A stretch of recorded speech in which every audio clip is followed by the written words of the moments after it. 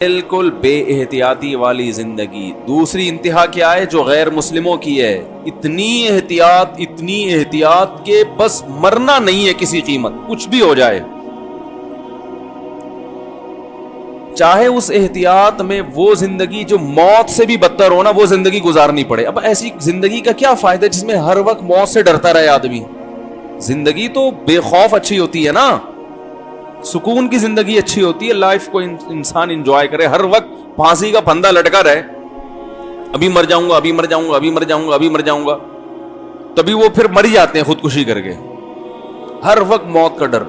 مجھ سے بہت لوگ ملتے ہیں، اللہ نے بڑا ان کو بڑی اچھی صحت بھی دی ہے، بڑی دولت بھی دی ہے، لیکن کہتے ہیں یار موت سے بہت ڈر لگتا ہے، مر نہ جائیں.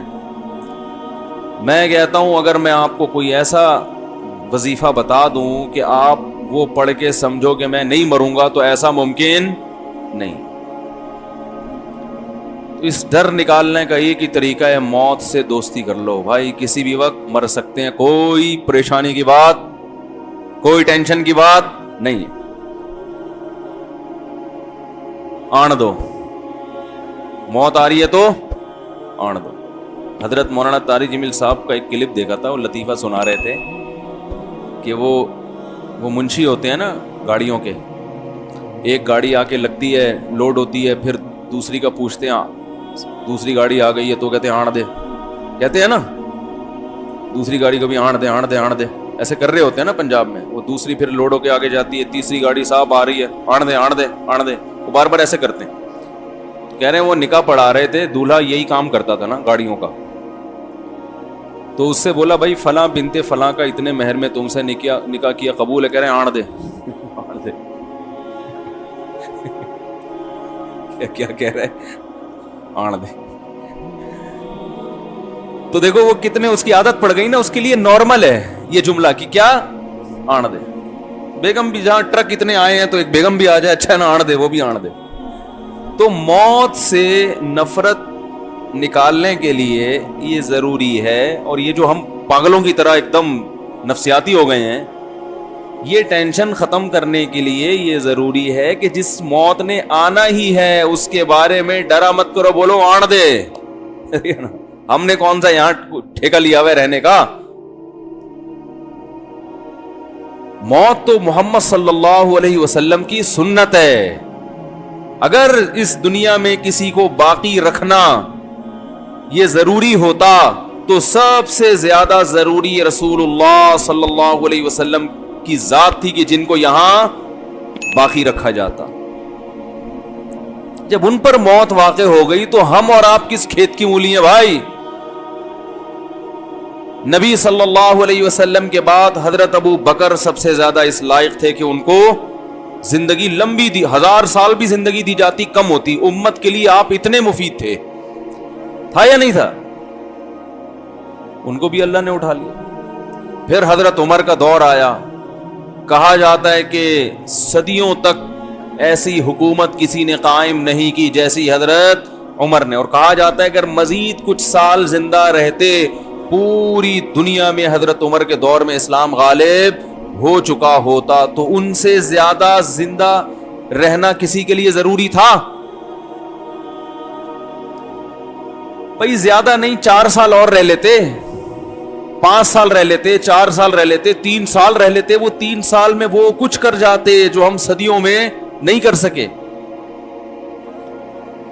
چلو اگر مرنا ہی تھا تو مکمل بوڑھے ہو جاتے، ٹھیک ہے نا، پھر بستر پہ چلے جاتے، پھر علاج معالجہ ہوتا. جیسے ایک 90-95 سال کی عمر میں اس زمانے میں عمریں ہوا کرتی تھی، پوری اپنی طبعی عمر پوری کرتے، جو کام اللہ نے لگائے سارے کمپلیٹ کر کے، پورے کر کے، مکمل کر کے، خلافت کسی کو سونپ کے اس کو سمجھا بجھا کے بھائی اس طرح سے چلنا، اس طرح سے نہیں، سارا سیٹ اپ کمپلیٹ کر کے چلے جاتے.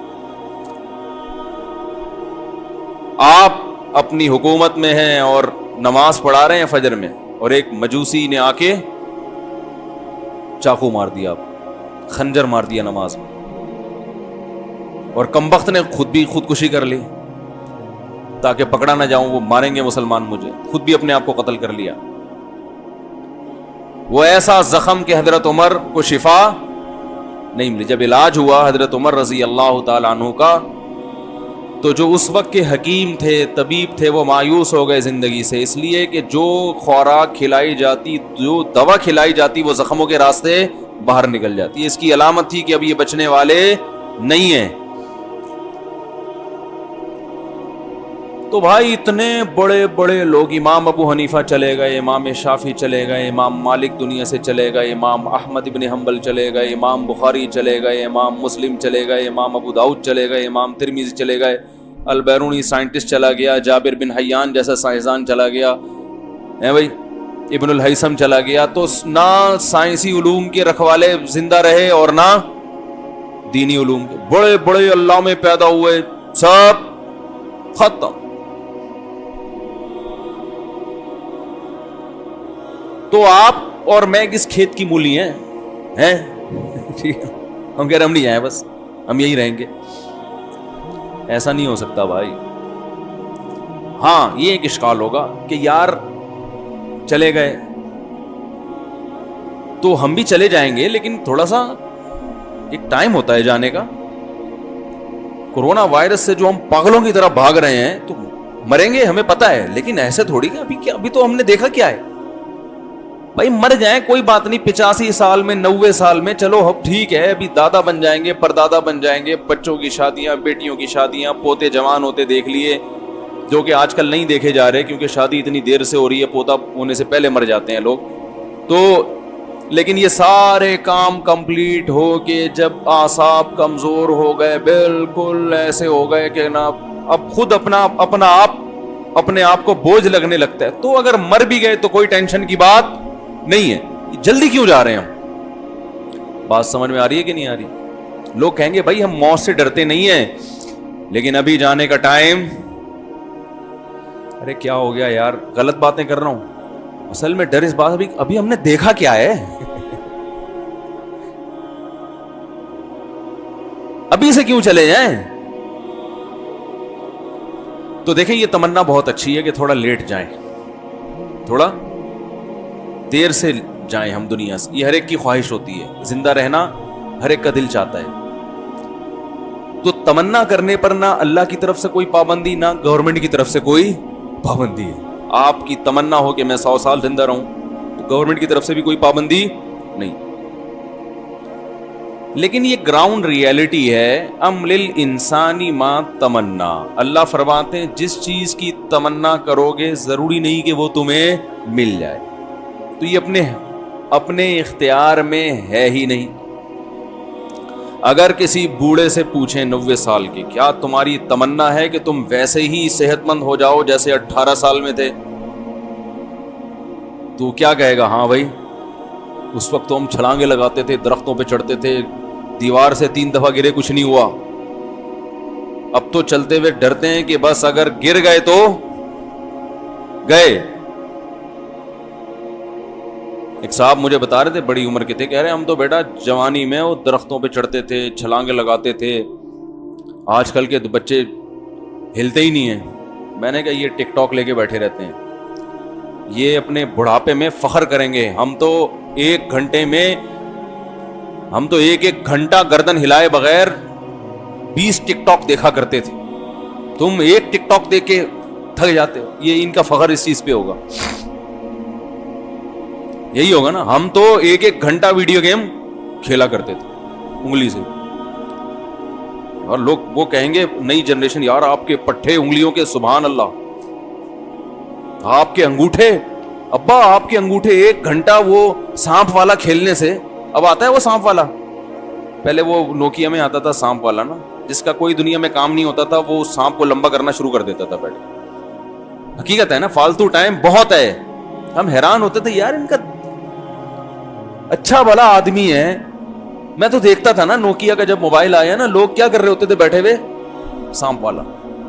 اسٹیشن پہ بیٹھے ہیں, کوئی کام نہیں ہے, سانپ والا. او بھائی کیوں کوئی کام نہیں ہے؟ درجنوں کام ہے, آپ اس ٹائم کے لیے رکھو. وہ سانپ والا کھیل رہے ہیں, بڑھائے جا رہے ہیں, بڑا خوش ہو رہے ہیں, اتنا لمبا ہو گیا, اب آؤٹ ہوا ہے, کوئی ایوارڈ مل رہا ہے اس کے لمبا کرنے پر آپ کو. ایک صاحب نے گھر میں بکرا پالا, اسے روزانہ اتنے چنے کھلاتے, دودھ پلاتے, وہ اتنی جلدی اتنا لمبا ہو گیا. تو سمجھ میں آتا ہے یار بکرا ہے کاٹ کے کھانا ہے, اسے تو نہ آپ نے کاٹ کے کھانا ہے, یہ تو چائنیز کو بھی نہیں کھلا سکتے یہ والا سانپ. یا تو سانپ پالا ہو نا کسی چائنا والے کو بیچوں گا تو بھی کچھ سمجھ میں آتے ہیں, کوئی لاجک بنتی ہے. وہ تو جائز نہیں ہے. یہ سنا ہے کسی کا بیان آئے کتے پالیں اور چائنا کو بیچیں, چائنا کھاتے ہیں تو ہمارے لیے تو حرام ہے, لیکن چائنا والوں کو ہم بیچیں گے تو وہ کھائیں گے تو ہماری معیشت اس سے ترقی کرے گی. کتے جیسے کھانا جائز نہیں ہے, کھلانا بھی جائز نہیں ہے. سمجھ رہے ہیں؟ جس چیز کو اللہ نے کھانے کو حرام کر دیا اس کے کھلانے کو بھی حرام کیا. تو کتے اس نیت سے پالنا کہ ہم پال پوس کے غیر مسلموں کو بیچیں گے تاکہ وہ کھائیں, یہ حرام ہے, جائز نہیں ہے. تو یعنی جوان جو ہے نا وہ بڑھاپے میں کیا فخر کریں گے, ہم سانپ والا کھیلتے تھے. تو ہر بوڑھے کی خواہش ہوتی ہے جوان ہو جاؤں, ہر بیمار کی خواہش ہوتی ہے صحت مند ہو جاؤں, ہر آدمی کی خواہش ہوتی ہے 4 شادیاں کر لے. اوپر سے اعتراض کر رہے ہوتے ہیں میرے اوپر, لیکن دل میں لڈو پھوٹ رہے ہوتے ہیں کہ یار کاش, لیکن ہو جاتی ہیں بھائی. ڈرتے ہیں, ڈر لگنا بھی چاہیے ہر مسلمان کو. سسرال نہیں چھوڑے گا, درجنوں مسائل ہیں, پھڈے ہوں گے وغیرہ وغیرہ. تو تمنا کی حد تک نہ گورنمنٹ کی طرف سے کوئی پابندی اور نہ اللہ کی طرف سے. کیا تمنا کہ میں دیر تک زندہ رہوں, لیکن اللہ نے قرآن میں کہیں بھی وعدہ نہیں کیا کہ جو دیر تک زندہ رہنے کی تمنا کرے گا میں اس کو بہت عرصہ زندہ رکھوں گا. ایسا اللہ نے کسی نبی سے کوئی ایگریمنٹ نہیں کیا کہ اپنی امت کو بتا دیں. یہود کے بارے میں قرآن میں آتا ہے یود احدہم لو یعمر الف سنہ, ان میں سے ہر شخص ایسا دنیا پرست ہے یہ چاہتا ہے کہ 1000 سال زندگی میں رہے, دنیا میں رہے. یہ دنیا پرستی جب آتی ہے نا تو انسان موت سے بہت نفرت کرتا ہے. تو اللہ نے فرمایا یہ دولت کے پیچھے ایسا بھاگتے ہیں, یہ چاہتے ہیں 1000 سال کم از کم ان کو زندگی ملے. تو کیا 1000 سال زندہ رہ لیتے ہیں بھائی؟ یہود کی مال کی محبت جو ہے نا, دولت کی لالچ, یہ مشہور ہے. ممکن ہے سارے ایسے نہ ہوتے ہوں, ہر قوم میں کچھ اچھے لوگ بھی ہوتے ہی ہیں, لیکن عمومی طور پر جو حالات ہیں نا یہودیوں کے, قرآن نے یہودیوں کے بارے میں یہ واضح کیا کہ یہ پیسوں کے بڑے لالچی ہوتے ہیں, پیسے بھی بہت مرتے ہیں.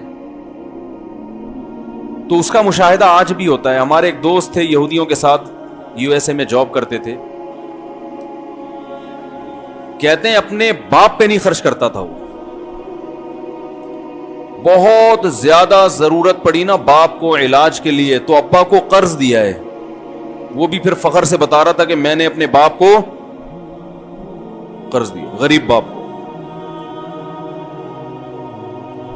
تو تمنا تو میرے بھائی ان کی بھی ہوتی ہے کم سے کم 1000 سال زندہ رہیں, لیکن رہتے نہیں ہیں. تو تمنا کرنے پر گورنمنٹ کی طرف سے کوئی پابندی, ہاں عمل الانسانی ما تمنا, تو انسان کی تمنا یہی ہوتی ہے کہ ہمیشہ زندہ رہے, اور اس تمنا پر کوئی پابندی بھی نہیں ہے, لیکن یہ تمنا کسی کی پوری نہیں ہوتی. آپ جو کہہ رہے ہو نا کہ 80 سال تک میں زندہ رہوں پھر چلا بھی گیا تو کوئی غم نہیں ہے, یہ ابھی کہہ رہے ہو کیونکہ ابھی 80 سال کے آپ ہوئے نہیں ہو. جب آپ 80 سال کے ہو جاؤ گے تو آپ پھر بھی جانے کی راضی نہیں ہوگا, کہو گے ابھی بھی نہیں جاؤں.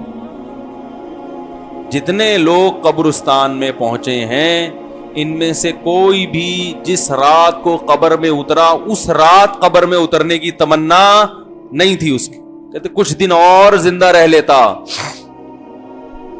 اور رسول اللہ صلی اللہ علیہ وسلم نے ارشاد فرمایا یحرم ابن آدم ویشب فیہ اثنتان, انسان جیسے جیسے بوڑھا ہوتا ہے 2 چیزیں اس میں جوان ہوتی چلی جاتی ہیں, الحرص علی المال وطول الامل, پیسے کی محبت اور لمبی لمبی امیدیں, یعنی زندہ رہنے کا شوق اور امیدیں.